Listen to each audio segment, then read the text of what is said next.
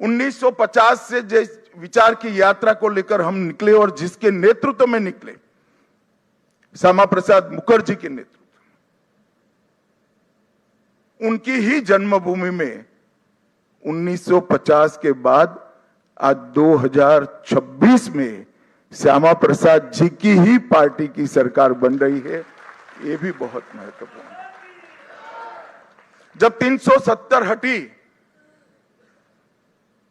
तब देश भर के कार्यकर्ताओं के मन में खुशी की लहर दौड़ी थी, मगर मुझे कई वरिष्ठ कार्यकर्ताओं ने कहा था कि अभी भी कुछ कसक बाकी है। मैंने आश्चर्य से पूछा था, भला क्या बचा अब?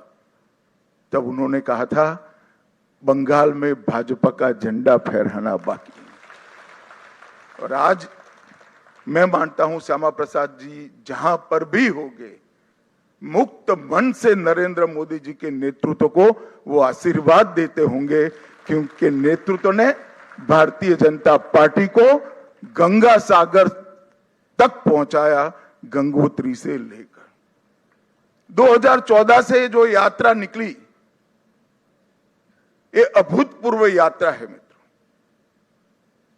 अपने पुरुषार्थ से, अपने कौशल से, अपनी प्रामाणिकता से जनमत को कैसे संजोया जा सकता है और जनमत को कैसे विस्तृत किया जा सकता है, इसका दुनिया भर के लोकतंत्र में सबसे उत्कृष्ट उदाहरण है तो 2014 से 2026 की भारतीय जनता पार्टी की यात्रा।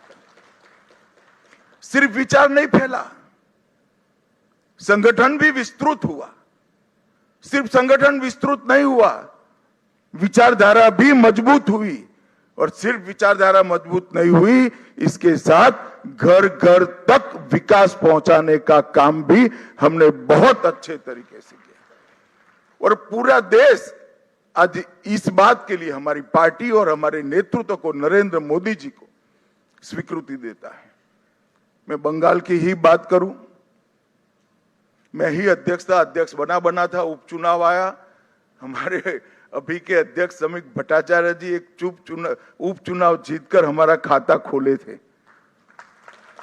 2014 की बात कर रहा हूं। 16 में 3 हुए, 21 में 77 हुए और 26 में 207 के साथ आज हमारा मुख्यमंत्री बैठने जा रहे। ये यात्रा जितनी भव्य है, आनंददायक है, मगर यात्रा का मार्ग जबरदस्त असहनीय पीड़ा से भरा हुआ है।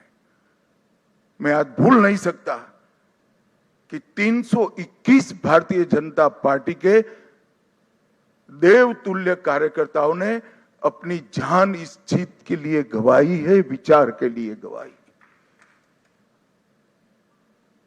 मैं देश भर में घूमा हूं पार्टी के अध्यक्ष के नाते। केरल और बंगाल, इसके अलावे कहीं पर इस प्रकार की क्रूर हिंसा का नग्न तांडव मैंने नहीं देखा है। पहले कम्युनिस्टों ने और फिर टीएमसी ने। मैं आज हृदय के भाव के साथ वो सभी 321 कार्यकर्ताओं के परिवारजनों को देश की करोड़ों करोड़ों जनता की ओर से और भारतीय जनता पार्टी के करोड़ों कार्यकर्ताओं की ओर से भावपूर्वक नमन करना चाहता हूं। आपके परिवार के स्वजन ने बलिदान देकर हमारे विचार को तो मजबूत किया ही है, हमारी पार्टी को तो आगे बढ़ाया ही है, मगर मैं विश्वास दिलाना चाहता हूं, आपके परिवार के स्वजन का वो बलिदान पश्चिम बंगाल की सीमा को भी सुरक्षित कर पूरे भारत को सुरक्षित। ये विजय का एक और मायना है।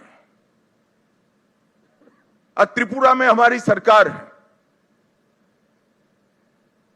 आसाम में हमारी सरकार है और बंगाल में भी अब हमारी सरकार बनी है। घुसपैठ असंभव होने वाली है, गौ तस्करी असंभव होने वाली है